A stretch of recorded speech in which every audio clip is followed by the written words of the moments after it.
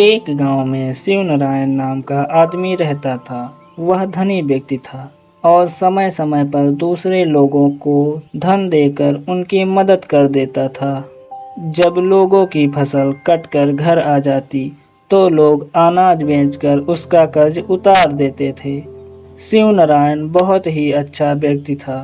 शिव नारायण दूसरे गांव जाने के लिए घर से बाहर निकला। गांव के बाहर उसे एक देवदत्त नाम का आदमी मिला जो शिव नारायण के गांव में ही रहता था। सेठ जी, मेरी झोपड़ी बहुत छीण हो गई है और बरसात का मौसम शुरू होने वाला है। सेठ जी, मैं उस पर नया छप्पर डलवाना चाहता हूँ। अगर मैंने ऐसा नहीं किया तो पुराना छप्पर इस बार बरसात को झेल नहीं पाएगा। सेठ जी, अगर आप मुझे 200 रुपया दे दें तो मैं उस पर नया छप्पर डलवा लूँ और मैं अनाज बेचकर आपका पैसा सूद समेत वापस कर दूंगा। हाँ। शिव नारायण को दया आ गई। उसने अपनी थैली से 200 रुपये निकालकर देवदत्त को दे दिए। कई महीने बीत गए पर देवदत्त ने अपने वचन का पालन नहीं किया। जबकि उसकी फसल पककर कट चुकी थी और दूसरी फसल कटकर घर आने वाली थी। देवदत्त शिव नारायण का कर्जा चुकाने का नाम ही नहीं ले रहा था। इसीलिए एक दिन शिव नारायण ने देवदत्त को अपने पास बुलाया। देवदत्त, तुमने अभी तक मेरा कर्जा नहीं लौटाया है। एक फसल तो कट गई और दूसरे कटने वाली है। कब मेरा पैसा मुझे दोगे? यह आप क्या कह रहे हैं? मैंने आपसे कर्ज लिया? मैंने तो आपसे कभी कर्ज लिया ही नहीं। जरा स्पष्ट से समझाइए। देवदत्त ने आश्चर्य व्यक्त करते हुए कहा। जरा याद करो मित्र, तुम्हें अपनी झोपड़ी की मरम्मत करानी थी। हम रास्ते में मिले थे। अब तुम ऐसी बात कर रहे हो जैसे तुम्हें कुछ याद ही नहीं। भले ही मैं भूल जाऊं, पर आपके पास कुछ लिखा पढ़ी के कागज तो होंगे। उन्हें मेरे पास भिजवा दो, मैं उसके हिसाब से आपका कर्ज चुका दूंगा। देवदत्त भली भांति जानता था कि कर्ज लेते वक्त उसने शिव नारायण को कोई कागज पर लिखकर नहीं दिया था। तुमने तो कोई कागज लिखकर नहीं दिया था। मैंने भी तुमसे यह सोचकर कागज नहीं लिखवाया कि कुछ ही दिनों में कर्ज चुकाने वाले से कागज पर क्या लिखवाऊं।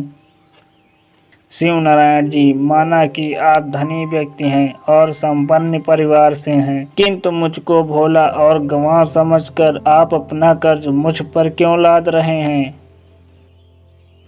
उन दोनों का विवाद सुनकर गांव के कई लोग जमा हो गए। सब ने दोनों से पूछा, आखिर बात क्या है? तुम दोनों किस लिए झगड़ रहे हो? तब शिव नारायण ने सारी बात बताई, लेकिन देवदत्त ने शिव नारायण की सारी बातों को झूठा बताया। मैंने शिव नारायण से कभी पैसे उधार नहीं लिए। शिव नारायण धनी होने का रौब दिखाकर मुझसे जबरन पैसे ऐंठना चाहता है।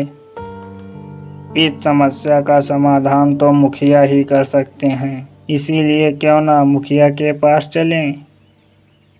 हाँ, चलो, मुझे किस बात का डर है। चलिए, मैं चलता हूँ मुखिया जी के पास। मैं उन्हें सारी बात बताऊंगा। फिर सारे गांव वाले मुखिया के पास जा पहुँचे। गांव का मुखिया बहुत ही अक्लमंद और चतुर था। मुखिया जी, मैं भिखारी थोड़ी हूँ। मुझे 100-200 रुपये का कर्ज लेने की क्या गर्ज थी? और रही झोपड़ी की बात, तो मैंने अपने खेत के धान बेचकर अपनी झोपड़ी की मरम्मत कराई थी। हाँ, अगर शिव नारायण ने मुझे 200 रुपये का कर्ज दिया था तो इतने दिनों तक चुप क्यों रहा? ना ही कोई लिखा पढ़ी करवाई। भाई साहब, उस समय वहाँ कोई नहीं था। मैंने एक बरगद के पेड़ के नीचे रुपए दिए थे। ठीक है, हम उस बरगद के पेड़ को ही अपना गवाह बना लेते हैं। अभी जाकर उस बरगद के वृक्ष से यह कह दो कि मैंने उसे यहाँ बुलाया है। यह आप क्या कह रहे हैं मुखिया जी? बरगद का पेड़ भी कहीं गवाही देने के लिए यहाँ आएगा? ऐसा कैसे हो सकता है? मैं आदेश दूंगा तो उसे आना ही पड़ेगा। आप बस जाकर उसे मेरा संदेश दीजिए। हम सब तब तक आपकी प्रतीक्षा करते हैं। मुखिया का आदेश था, इसीलिए शिव नारायण उस बरगद के वृक्ष से मुखिया का संदेश देने चला गया। मुखिया की यह बात सुनकर लोगों को बड़ा आश्चर्य हुआ। देवदत्त भी खुश हुआ और मन ही मन सोचने लगा, इस बूढ़े मुखिया का दिमाग अवश्य ही खराब हो गया है। वृक्ष भी कहीं गवाही देगा।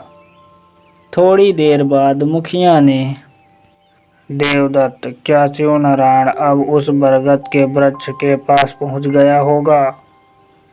मुखिया जी, इतनी जल्दी वह वहां कैसे पहुंच सकता है?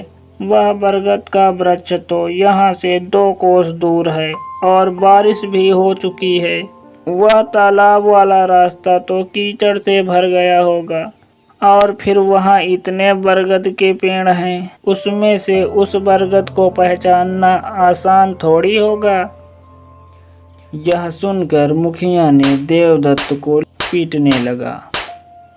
अबे कमबख्त चोर, तुम्हें ये भी पता है कि शिव नारायण ने तुमको किस बरगद के पेड़ के नीचे पैसे दिए थे और झूठ बोल रहे हो कि मैंने पैसे नहीं लिए?